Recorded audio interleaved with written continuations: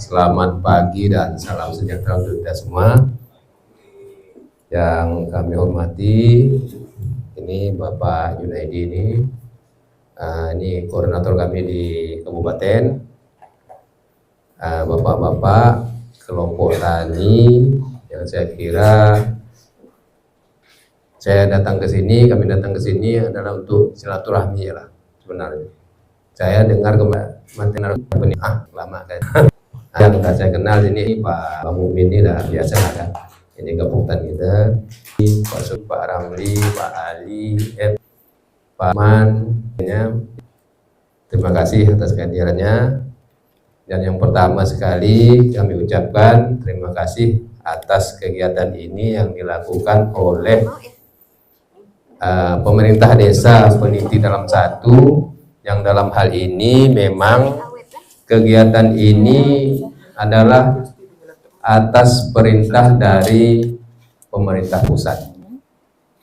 Ini dilakukan berdasarkan peraturan Presiden nomor 147 kalau tidak salah saya, tentang dana ketahanan pangan yang ada di desa. Dan alhamdulillah desa Peniti dalam satu ini melaksanakannya dengan baik. Pada hari ini kita ada di sini, kelompok-kelompok tani dikumpulkan, dan ini merupakan istilahnya amanah dari pemerintah yang dilakukan oleh pemerintah desa kepada kita. Ya. Mengapa ini terjadi? Karena ketahanan pangan itu sangat penting, Pak. Ketahanan pangan sangat penting, dan itu merupakan salah satu yang menjadi problem saat sekarang di tingkat dunia, Pak. Bukan hanya di Indonesia, di tingkat dunia. Dan sekarang orang-orang di dunia ini sudah mengurangi ekspor bahan pangan ke negara lain. Contohnya, kalau dulu kita beras nih minta dari Vietnam, minta dari Thailand. Sekarang mereka udah tak mau, Pak. Ngasih pun sedikit ya. Kalau dulu 1 ton mau dikasih, kalau ini 100 kilo ya bolehlah kita nih katanya. Karena apa? Karena pangan sekarang ini sangat penting. Makanya kita sampai saat sekarang ini di desa pun kita dianjurkan untuk meningkatkan ketahanan pangan itu. Karena itu tadi, coba kita bayangkan tentang gandum. Gandum, kata dia Pak Josti tadi, kalau di Ukraina itu, Rusia itu penghasil gandum besar. Kita tak dikasih gandum dari sana. Payah nambah lempeng gitu kan, Pak Joji. Nah, banyak. Nah, ini kan gandum semua nih. Nih, hasil gandum semua. Ibu-ibu susah nak masak dah. Tepung dah payah dah kan. Nah, tepung terigu itu gandum. Karena di sini kita tidak ada membudidayakan gandum itu. Nah, sorghum biasanya ada juga. Jadi itulah makanya pemerintah pusat mengalokasikan dana 20% di peraturan Presiden nomor 147 untuk desa ini untuk meningkatkan ketahanan pangan di desa. Salah satunya bentuknya adalah pemberdayaan masyarakat seperti ini. Dan pemerintah desa Peniti dalam satu ini melaksanakan ini seperti ini bagus. Karena desa-desa lain tidak seperti ini, Pak. Ya, pemberdayaannya. Mungkin desa lain hanya buat jalan usaha tani. Ada sih masuk sedikit, tapi pemberdayaannya kurang. Nah, untuk itu saya minta kita tepuk tangan dulu lah untuk pemerintah desa ini. Nah ya, kita dengar saja di Segedung ini belum tentu ada yang kayak gini. Di Segedung, kecamatan Segedung, desa-desa lain belum ada yang melaksanakan seperti ini. Di Kabupaten Mempawah pun belum semua desa seperti ini. Karena mungkin belum sampai ke situ mungkin. Bahwa dana ketahanan pangan itu salah satunya seperti ini. Pemberdayaan masyarakat. Agar masyarakat itu mampu memproduksi pangannya sendiri. Nah, kalau di Segedong ini yang mampu memproduksi pangan ini alhamdulillah rata-rata udah ya. Kalau untuk tanaman padi semua punya. Tapi kalau di daerah kecamatan Sungai Pinyo, umpamakan di Pinyo itu kan manusia banyak. Yang nanam padi kan tak ada di Pinyo tuh. Nah, tukang makan semua kan. Nah, jadi salah satunya itu tadi daerah lain yang menopang. Nah, ya. Jadi seperti itu. Saya harapkan ini benar menjadi, mudah-mudahan nanti kedepannya terus ditingkatkan nih desa ini. Ya, terus ditingkatkan. Nah, ya, kalau kita lihat sekarang banyak kegiatan-kegiatan yang berhubungan dengan pertanian, khususnya di pekarangan. Dari Dinas Kesehatan, kegiatannya PHBS, ujung-ujungannya ke pekarangan, tanaman pekarangan, kan? Kalau tak ada itu, tak juara, tak mengguna PHBS itu. Nah, ya, ibu-ibu PKK-nya juga sekarang kegiatan dasawisma apa segala, fokusnya ke tanaman. Dan ternyata pertanian itu adalah kegiatan yang nomor 1. Orang tak sekolah kalau tak makan mati. Orang sekolah kalau tak makan mati. Orang pintar kalau tak makan bodoh gak ujungnya, kan? Betul tak? Orang pintar kalau tak makan, tak kena sediakan makanan oleh orang petani ini, bodoh ujungnya. Betul tak Pak Haji? Nah, ujung-ujung tetap mati. Nah, kalau tidak ada bidang pertanian ini. Nah, ya, ini karena yang paling utama. Kalau Pak Abah ini tidak ada kegiatan pertaniannya, sepintar apa pun anaknya nanti. Orang tak dikasih makan, tak dikasih nasi, tak dikasih susu, tak dikasih apa kan? Bodoh gak semua. Ya. Jadi jangan dipandang remeh tentang pertanian. Karena pertanian ini inti dari kehidupan. Nah, ya. Oke, kita lanjutkan. Ini materi saya tentang sistem irigasi tanaman, tentang pengairan. Tadi udah pupuk apa segala kan. Nah, ini hari ini saya tentang pengairan, tentang irigasi. Lanjut Pak Justi. Kita lanjut masuk ya. Tadi udah saya kasih sedikit pemaparan yang ya. Nah, ini irigasi atau pengairan adalah suatu usaha mendatangkan air agar tersedia bagi tanaman untuk melangsungkan hidupnya. Kata Pak Justi tadi, kata Pak Junaidi tadi, tanaman itu 75% terdiri daripada air kandungan. Sama dengan kita Pak. 75% badan kita ini kandungannya air. Nah, ya, makanya makin besar badan kita tuh makin berat. Ternyata airnya, bukan tulangnya yang berat, airnya makin banyak. Ya.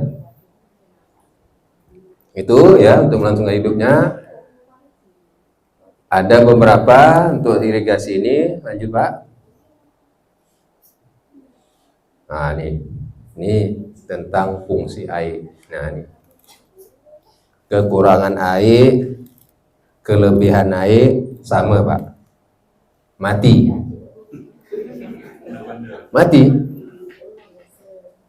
Coba ya kita kekurangan air meleper gak kita kan, kelebihan air sama gak?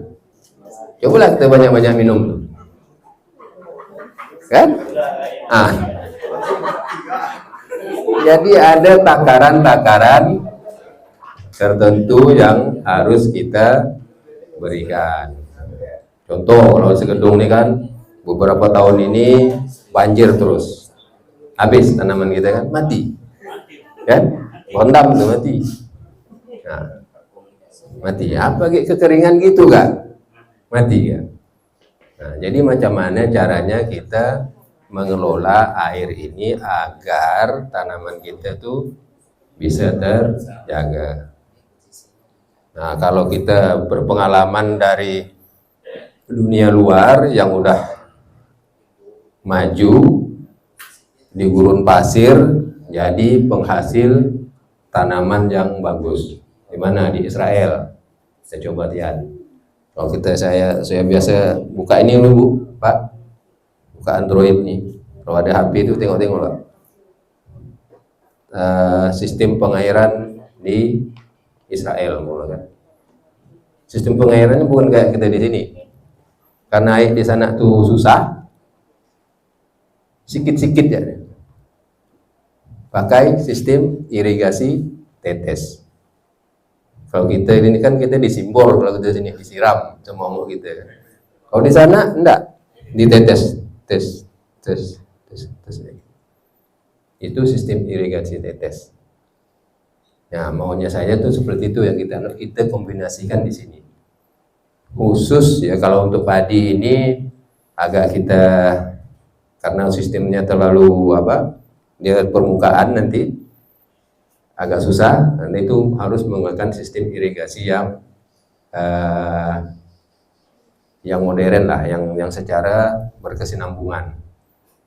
Nah, nanti yang akan saya sampaikan ini tentang irigasi, tentang tanaman-tanaman hortikultura, khususnya sayur-sayuran, baik sayuran daun ataupun sayuran buah. Bisa kita lakukan seperti itu. Ya. Berdasarkan aplikasi air, irigasi dibedakan menjadi 3 jenis, yaitu irigasi genangan. Nah, irigasi genangan ini biasa cara mengenai lahan tempat tanaman tumbuh. Nah, itu biasa tempat kita nih untuk tanam padi biasanya seperti itu, kayak genangan. Tapi kalau kita di sini kan rata-rata pakai sistem tak ada hujan kan. Nah, kalau ada hujan ada airnya kan. Kalau tak ada hujan kering, ya, seperti itu. Mengharapkan alam secara keseluruhan. Irigasi sprinkle merupakan cara pemberian air dengan cara menyiram tanaman. Sprinkle itu yang tengah, Pak, yang berputar. Biasanya kalau yang seperti itu banyak di pembibitan sawit. Kalau kita yang dekat-dekat sini, kalau kita di pembibitan sawit itu biasanya gitu. Nah itu betul. Tinggal kita berhitung tentang modalnya. Nah, cuman kalau kita nanam sebatang 2 batang, memang besar ke modal memang. Nah, kalau kita udah berhubungan dengan populasinya yang banyak, umpama 1000, 2000, boleh oke itu. Kalau kita nak nyiramnya selap nggak tangan nih. Ya. Nah ya, irigasi tetes. Nah ini sistem drip irrigation namanya. Merupakan cara memberi air dengan cara meneteskan. Dan itu kalau air di daerah kita ini agak kurang. Dan biasanya yang lebih banyak menerapkan seperti ini adalah tanaman sayur-sayuran hortikultura, cabai, bahkan timun ataupun apa-apa, tomat, terong. Nah ini irigasi tetes. Dan bahan-bahan untuk membuat ini pun khusus, Pak. Khusus, memang ada, memang. Tapi kalau di daerah kita sini jarang, belum ada. Dan sebenarnya itu yang mau kami kenalkan ya dulu sebenarnya. Nah ya, macam mana cara irigasi tetes di daerah pekarangan saja, biar lebih enak. Karena berhubungan itu tadi dengan modalnya. Tapi kalau di dekat rumah, karena biasa kita udah ada mesin air, udah ada apa kan biasa kan. Nah, tinggal kita beli beberapa selang drip untuk kita meneteskan air itu. Nah itu sistemnya pakai gimana? Bisa juga penyiramannya pakai sistem pakai HP ya, WA ya, atau SMS. Pak Joji umpama balik ke Sambas sana kan, SMS ya, ibu tuh, Bu, siramkan air. Ada, nyiram tuh kan, otomatis kan. Itu dia. Nah, gitu. Tapi kalau yang ini bisa kita lakukan, Pak. Walaupun kita tak ada, tinggal anak kita di rumah, suruh dia ketik saklar tuh tek itu 5 menit ya gitu. Matikan lagi. Nah itu udah bisa dah. Jadi tidak perlu kecoh lagi lah kita kan, kalau kita ninggalkan rumah tanaman apa segala tak perlu kecoh lagi lah. Tinggal suruh ingatkan dengan anak tuh, ketik nanti ini kira-kira 5 menit udah matikan lagi, seperti itu. Itu yang namanya selang irigasi tetes untuk air drip. Itu bisa. Jadi memudahkan kita dan mengurangi tenaga kerja. Tapi modal awalnya itu ya tadi kata Pak Suryadi itu betul. Nah, tapi bermodal lah.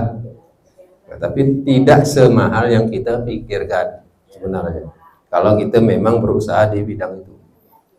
Nah ya, lanjut Pak Justi. Nah, kalau ini irigasi air permukaan, irigasi air tanah. Ini irigasi air permukaan kan bisa dah kita ada parit apa segala kan. Itu dia. Air tanah tuh pakai sumur. Irigasi tak ada hujan, nah itu kering lah dia kalau tak hujan kan. Seperti itu.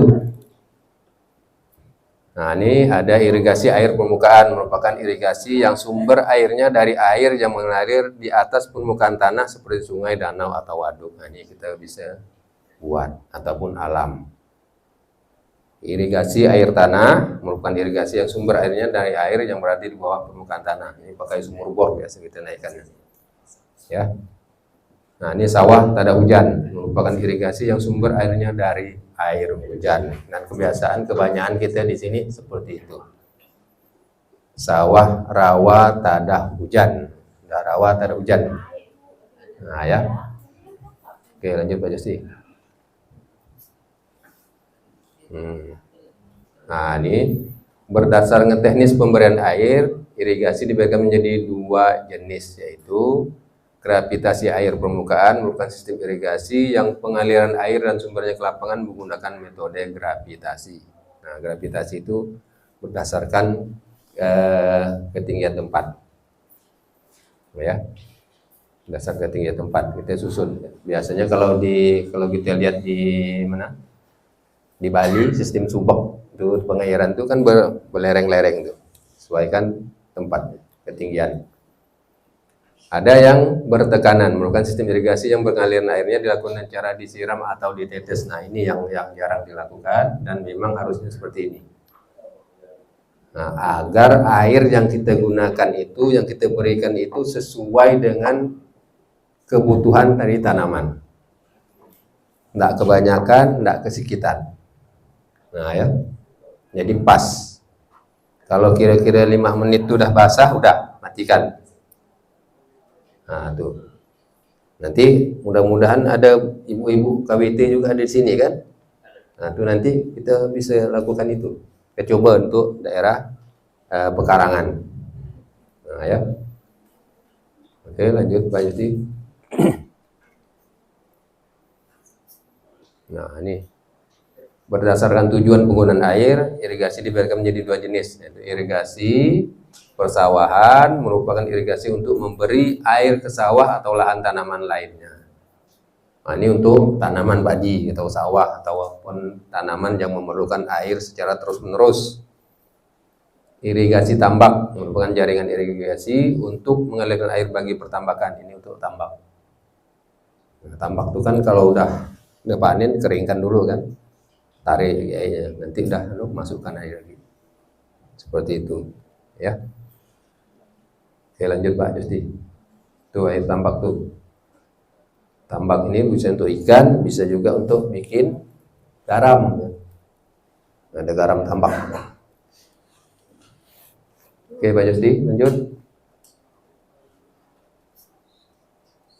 Nah ini irigasi pada tanaman padi. Karena saya kira memang di sini udah paham lah tadi kan. Memang kalau kita di sini harusnya memang lokasi kita atau lahan padi kita itu harus ada pembatas-pembatasnya ataupun pematang-pematangnya, ataupun kalau bahasa Pak Jauji dintare kan harus betul. Nah, dintare harus betul itu kan. Kalau ada air kelebihan pun dia lari lah air itu kan. Nah, tapi sesuai. Ada antaranya. Kalau kadang-kadang kalau saya lihat di kebanyakan kita sini paling payah itu nak buat itulah dia. Nak metak-metak lahan gitu. Yalah, asal lewat apa batasnya pakai pancang kan. Nah, tapi batas untuk mengelola air ini susah. Dan nanti berhubungan juga dengan tadi hasil pemupukannya kan. Pupuknya jadi hanyut. Nah, mupuk kepayahan kan. Nah, ya mupuk di tanah kita lalu yang subur tanah orang kan. Itu dia. Memang itu. Nah, boleh kita lihatkan tuh. Jadi efektivitas pemupukan itu berhubungan juga dengan sistem pengairan ini. Nah, ya. Irigasi bergilir. Nah, ini irigasi bergilir ini memang tadi kalau yang alami itu pakai sistem itu tadi, teras ring tuh. Bergilir dia. Jadi bisa diturunkan, naikkan, naik itu. Irigasi berselang. Nah, berselang itu bukan pakai selang ya, tapi selang-seling. Jadi bisa kita atur. Tapi kalau untuk daerah kita ini agak susah memang kalau untuk ini. Harus menambah bahan. Harus tambah paralonnya yang lebih besar kan untuk mendatangkan air. Makanya beberapa yang kita bisa lakukan kemarin ada sistem embung untuk ketersediaan air itu kan. Ada embung, ada yang damparit apa segala tuh untuk ketersediaan air untuk kegiatan ini, irigasi berselang lah, irigasi bergilir itu dan semuanya. Nah ya, jadi itu ya. Lanjut Pak Justi, udah terima kasih belum nih? Nah ini yang maunya saya kita lakukan di sini, khususnya untuk tanaman horti, tanaman sayuran, karena itu yang bisa pendapatan kita di Pak. Nah, ya hanya ada. Nah ini kalau ini kan sedap kita lihatnya kan, sedap kita lihat. Itu tanamannya memang sistemnya airnya didatangkan Pak, airnya disiram, bukan disiram, dipakai ada memang sumber airnya, jadi digenangi, digenangi. Kalau pas waktu anunya keringannya gitu, nah gitu buang gitu. Nah, kan enak itu kan, tinggal kita putar keran, apa kan, masuk air. Kalau yang sebelahnya ini, yang pakai siraman tuh, itu kalau 1 hektar nyiram kayak gitu kan, nah, nah tinggal kita berpikir kalau 2-3 bedeng ini sih, lauk lah kata orang sini kan, biasa. Nah itu makanya sekarang nih lahan, bahan dan alat tuh teknologi itu perlu kita gunakan. Enggak macam dulu lagi, udah. Maksud saya itu tadi biar kita jauh, tinggal kita WA, tinggal kita SMS, tersiram benda itu kan. Maksud saya seperti itu. Itu memudahkan kita. Nah ya. Nah ini yang di bawah nih. Ada yang sistem ini sprinkle, bisa saja. Nah, kalau sprinkle ini kan kalau ketersediaan air nih banyak tak masalah. Maksud saya kalau ketersediaan air musim kering, tanaman kita memerlukan air, itu harus pakai yang tetes tadi Pak. Yang tetes sama 1 bulong itu bisa untuk 4 hari kan. Nah, 1 bulong untuk 4 hari. Ini hanya netes ya, tetes. Bisa yang pakai mulsa, bisa yang enggak. Tapi bagusnya enak pakai mulsa. Iya. Karena fungsi mulsa itu adalah untuk menjaga kelembapan tanah. Itu salah satunya. Tapi enaknya pakai mulsa itu benarnya. Kalau tanaman yang luas. Lebih enak lagi. Sebenarnya harusnya pakai mulsa. Di bawah mulsa itu kita kasih selang drip. Jadi di tiap lubang tanamnya itu kita cuci keluar. Ya. Nah, itu dia. Selang, bukan selang yang itu Pak ya, bukan selang yang plastik, yang pipa tuh. Tapi ini selangnya khusus, selang drip namanya, selang plastik. Nah, ya selang plastik. Ini memang khusus memang. Jadi tinggal kita tarik. Kalau itu udah selesai kita nanam, selesai, tinggal kita gulung ya. Kalau itu letih kita mikul yang itu tuh. kan itu tinggal kita gulung karena plastik, macam plastik es lilin tuh, hitam warnanya. Nah ya, jadi bisa kita untuk menghemat waktu dan menghemat tenaga. Nah, tenaga lah yang pastinya. Kalau kita nanam cabai umpama sampai 2.000 atau 3.000 batang atau 10.000 batang, kalau sistemnya pakai siram biasa, dan memang orang 10 orang 12 lah nyiram sehari kan, kalikan 50.000 umpama kan sehari, tak berapa. Nah kan habis ke situ ya dunia kan. Nah itulah gunanya teknologi kan, teknologi yang untuk mempermudah kita. Nah ya seperti itu. Nah, terima kasih dah tuan. Nah, jadi yang jelas memang sistem irigasi ini, pengairan ini yang akan kami terapkan, yang mudah-mudahan ini bisa, ini adalah untuk tanaman hortikultura tadi, tanaman sayuran yang bisa kita lakukan untuk di lokasi sekitar rumah kita. Biasanya listriknya udah ada. Nah, tinggal kita nyolokkan ya. Hidup mesin tuh, hiduplah dia. Bisalah dia mengalir sampai jauh. Kan seperti itu. Kalau di kebun khusus memang harus khusus gitu. Bawa mesin sendiri, mesin Robin biasanya kan, kalau umpama sampai ke parit timur sana, jangan ke atas sana kan. Nah, itu kan bawa mesin Robin tuh. Atau mesin untuk nyuci motor tuh kan, biasa dibuat. Nah, itu. Tapi diperlakukan seperti itu, tinggal kita mengukur tekanannya, kekuatan mesin tak bagus airnya terlalu banyak keluar kan, kekuatan tekanan gitu kan. Nah jadi di setel lah selang itu, bisa di setel pakai stop run biar kita airnya netesnya itu enggak terlalu banyak. Nah ya, karena air kalau netes terlalu banyak pun di bedengan tuh rusak bedengannya kan. Nah seperti itu. Jadi ada teknik-tekniknya yang agar tetesan airnya itu bisa sesuai dengan kebutuhan tanamannya. Oke, mungkin ada yang mau ditanyakan, silakan Pak.